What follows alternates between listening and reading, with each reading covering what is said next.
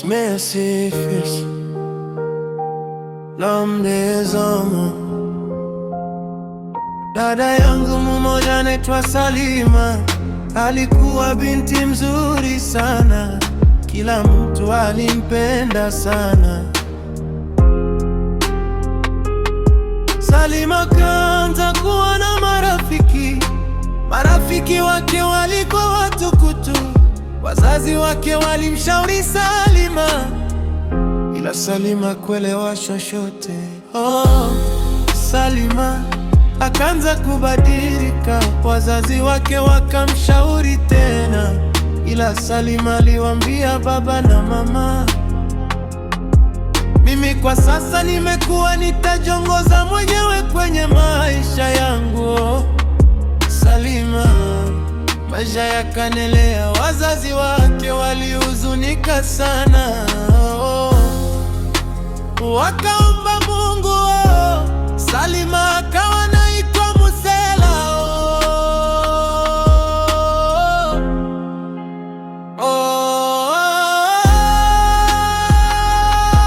Salima,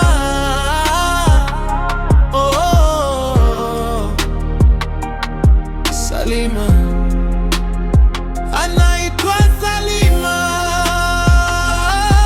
Salima,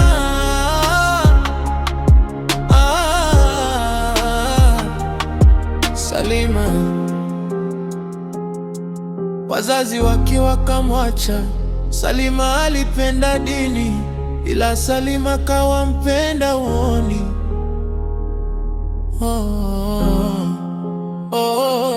Salima alikuwa mubeba Biblia, ila kwa sasa anaanza beba bangi, akawa muhuni kuvuta bangi kazi. Salima, wazazi wake walisikitika sana, kwa maana waliza kitu kisichokuwa na maana.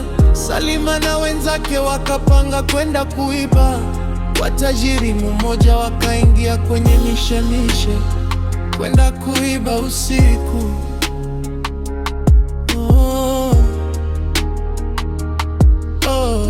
Salima,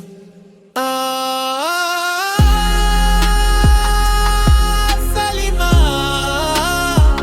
alikamatwa na kupigwa vikali na kubakwa na kufa. Marafiki mabaya, marafiki mabaya. Anaitwa Salima.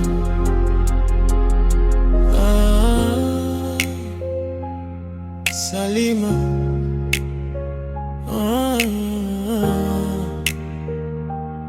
Salima, hey, Salima. Merci fils, l'homme des hommes.